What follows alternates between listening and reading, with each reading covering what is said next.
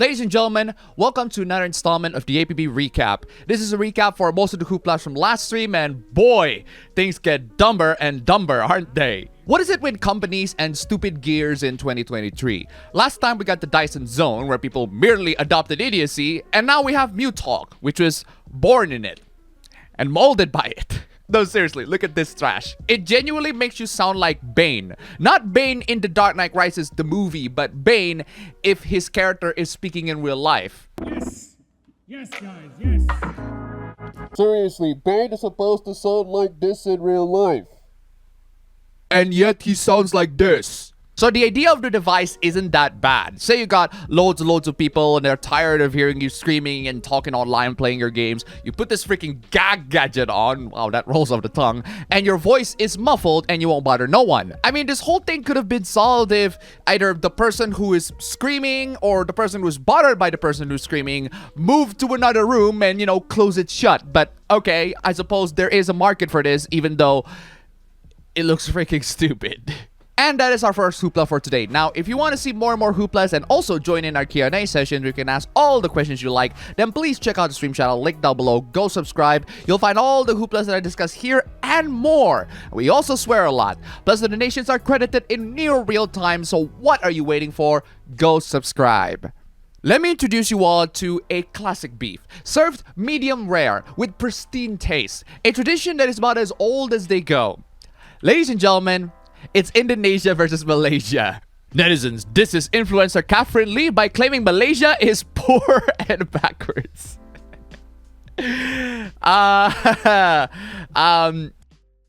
Where's the lie though? Wow, what do you say after that one? Brutal, savage, wrecked. Absolutely racist. As an Indonesian, I am pretty much traditionally obligated to diss the Malaysians. It's just tradition that we apparently have. Fuck you! So what happens here is Lee received a hate comment on her Instagram, and her hate comment is talking about how she's not allowed to celebrate Chinese New Year because she's Malaysian. To be honest, most Chinese people think that Indonesia, Malaysia, Vietnam, and Thailand are really poor and backwards. He's out of line, but he's right. I mean, seriously, I love my country, but I won't lie when I say that we are pretty backwards in a lot of issues and that we have loads and loads of things that we really need to fix. People travel there only because it's cheap. What are you third-class citizens proud of? Things that you are clearly not proud of yourself. I think you're just insecure on the fact that we exist. You know what, Malaysians? Can we just stop our fighting for a moment and unite against a common enemy? Don't trust China. China is asshole. AP Style Book apparently has a new guideline in terms of language, and the guide is pretty funny. We recommend avoiding general and often dehumanizing the labels such as the poor, the mentally ill, the French, I'm sorry, what? The French? The French? Le français. We recommend avoiding general and often dehumanizing the labels such as the poor, the mentally ill, the French, the disabled, the college educated. The college educated. How dare you make fun of me for being college educated? It's kind of nuts how being college educated in this context is treated about as negative as being French. Instead, use warnings such as people with mental illness. Wait. How does that make it better? That doesn't make it better. Though, to be fair, people with French sounds like a pretty good insult. Funny how it's popular to both love Harry Potter and hate Harry Potter. Now, as much as I can understand the hate that people have towards the franchise, I'm actually leaning on the love. Not super fan love, but I enjoyed what I watched. And yes, I said watched. I only read the first book to its completion, but I did watch the movies. So I am somewhat excited with Hogwarts Legacy. The problem is, Hogwarts Legacy, the upcoming game that is based on the Harry Potter franchise, receives a lot of hate for one reason. J.K. Rowling is a terrible person because she hates trans people. I mean, I personally don't like J.K. Rowling either because she's a progressive that loves to retcon LGBT people into her stories, even if it makes no sense. But not the tea. Oh no, not the tea. That's just taking it way too far in her feminist mindset. I mean, yes, J.K. Rowling is a moron. Yes, Harry Potter franchise is made by her. Yes, it has world building about as strong as a house of cards. Yes, she retcons about as frequent as your average comic book universe and just destroys any sense of consistency. But it's her hating trans people that got the journalist's attention. And to be fair to the journalist, hating a subset group of minorities is a very serious issue. To be fair, I can see why it's difficult to disassociate Harry Potter with J.K. Rowling. What I'm saying is, do you really have to bring it up all the freaking time? If you're gonna discourage people from buying this game in general because the offer that the game whose book was based on is a terrible human being, then why even make articles of the game? Personally, I don't have a lot of cash on hand, so Hogwarts Legacy can wait until I see reviews, and if the game is garbage, well, at least you got more reasons to hate it now. If it's actually worth playing, sorry J.K. Rowling haters, but I'd like to go back to the Wizarding World real quick so that I can cast some Crucio on your ass. To game industry folks, know that if you're posting about the Wizard Turf game in your company Slack channels, we see you and we no longer feel safe around you. TERF, by the way, means trans exclusionary radical feminist, as in a feminist who hates trans people on top of everyone else. And yes, now they are watching people in the games industry to see if they are supporting the Wizard Turf game.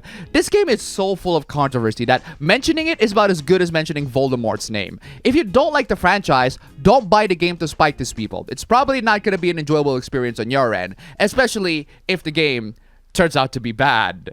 And boy, I thought we'd talk about this topic, but apparently we have to do it again. If you claim politics need to stay out of gaming, I have a bitter pill for you to swallow. Politics is the centerfold for a lot of game plots. Then you'll proceed to insert games with political plots in them rather than games with political messaging. Like Resident Evil will corrupt government. Whoa, whoa, whoa, whoa, whoa. Resident Evil is about corrupt government? Which game? Resident Evil 4, I guess, but the corruption of the village isn't because of some political reason. It's because they all got infected with the last plagas. I think you meant corrupt corporation. That's more like it. But regardless, these games that you mentioned, they aren't political within the context of the real world. They are political within the context of its world. Understand your own privilege by asking for politics to be left out of games when you literally play games that feature a kingdom/government leadership issue. Wait. What's this about privilege? I don't understand what you're on about. You're saying that we are oppressing people because we're complaining about this. I mean, if you feel oppressed because of our complaints, I think you absolutely deserve to feel oppressed. Also reiterating, Avalanche Studios has been paid for Hogwarts Legacy. Oh, come on. This is about Harry Potter? This whole freaking thing? I think it's time to move on, don't you? I swear to God, there are loads and loads of people online that are terminally online and terminally political. I mean, take this image for example. This is an image of Saber from Fate eating a burger. It's just a cute little picture. But hey, let's overanalyze this image, shall we? Absolutely no political dimension to a picture of a Japanese character treating the product of an American multinational fast food corporation as manna from heaven. Okay, to say that there isn't any political interpretation of this whole thing is definitely untrue. I'm sure we can find all sorts of interpretations of this image. My question isn't the existence of the interpretation, it's the intent. Why interpret an image to be that way? What was the reason to interpret something like that to be in that fashion? Are there any intrinsic values for analyzing it in that perspective? Because most people that I see who do this, ironically, tend to be really miserable people who can't enjoy things at their face value. The artist even has to say out loud that this image is just about a cute girl eating burger. That's an absolutely base interpretation. And I use base in a sense that it's a more down-to-earth, common, everyday man transportation that doesn't require some terminally online brain rotting. Artist's intent does not remove politics. Yes, it does. Yes, it does.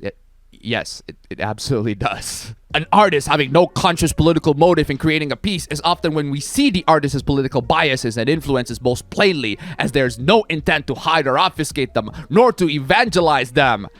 I think you meant bias in general because liking Burger King or Fate is not necessarily a political thing. Maybe if you stretch the Burger King into about animal rights, but I don't know, nothing else. Your cute girl eating burger is still a direct reflection of consumerism as an American political export.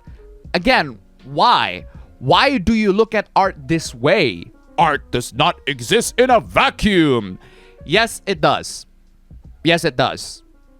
Ironically, art exists in a vacuum in the same way that it doesn't. It's how you look at it. Even banal art, which is about nothing, can be analyzed and interpreted from a socio-historical lens.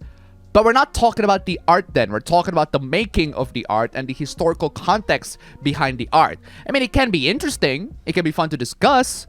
But you'll only end up becoming a pretentious jackass in the process. The term, all art is political, is not meant to indicate artists go into a work with some political intent. It's that we are beings with political dimensions that motivate us and that seeps into our art. Even if that's true, why do you need to see art that way? Why?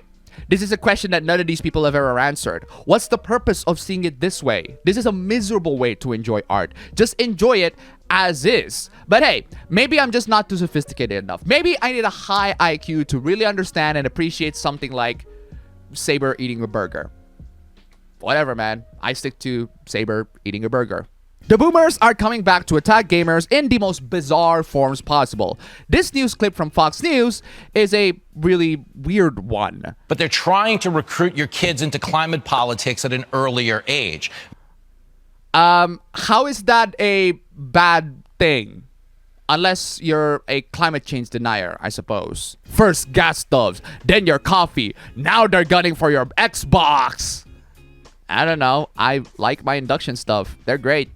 And what's wrong with the Xbox again? Apparently, it's because Xbox Series consoles are getting an update on their existing shutdown feature that will consume less power at the cost of slower startup time. Oh, so basically kind of like fast startup on Windows. I remember that feature existing since Windows 7? Actually, it's Windows 8. Good job for catching up now, Microsoft. Wait, Windows 8 is your product. So why didn't you implement this when the console was first released? Okay, whatever. Maybe it's some technical stuff that I don't understand. I guess Microsoft is now guilty of going green, even if it doesn't, affect that much at the end of the day, which at least we can agree on that. Human beings get triggered by all sorts of stuff. The left gets triggered by the right gets triggered by the left. The stupidity is still there. They just came in a different package. I am sick and tired of these LGBTQP plus bacon, lettuce, and tomato flags in Modern Warfare 2.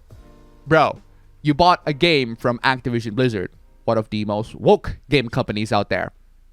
You brought this on yourself. They are censored in the Middle East. Why should the Christians and Muslims be exposed to this nonsense? Yeah, see how you just tagged Activision? Notice how they're a pretty woke company? The same woke company that published the game that you just bought? I mean, yes, you can pirate Modern Warfare 2 on PS4, but you can't play multiplayer, which is what you're playing. So you're an anti-woke player who bought the game from a woke company.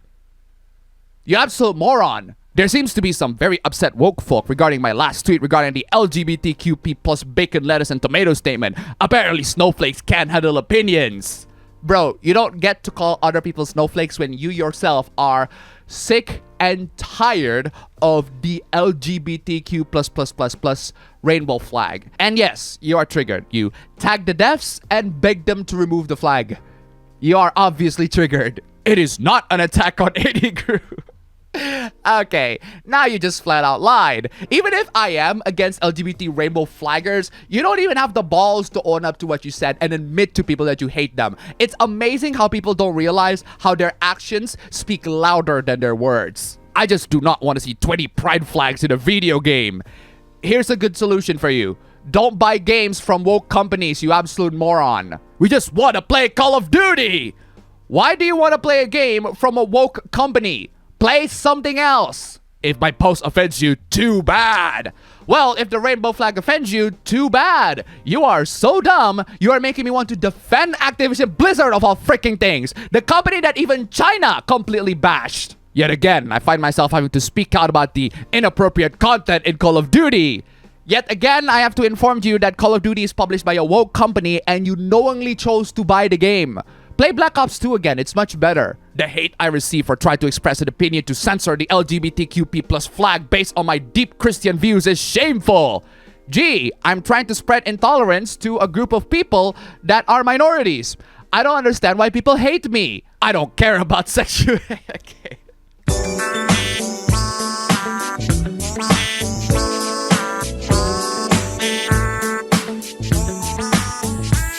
I just want to play Call of Duty. Just play Black Ops 2, bro. It's much better.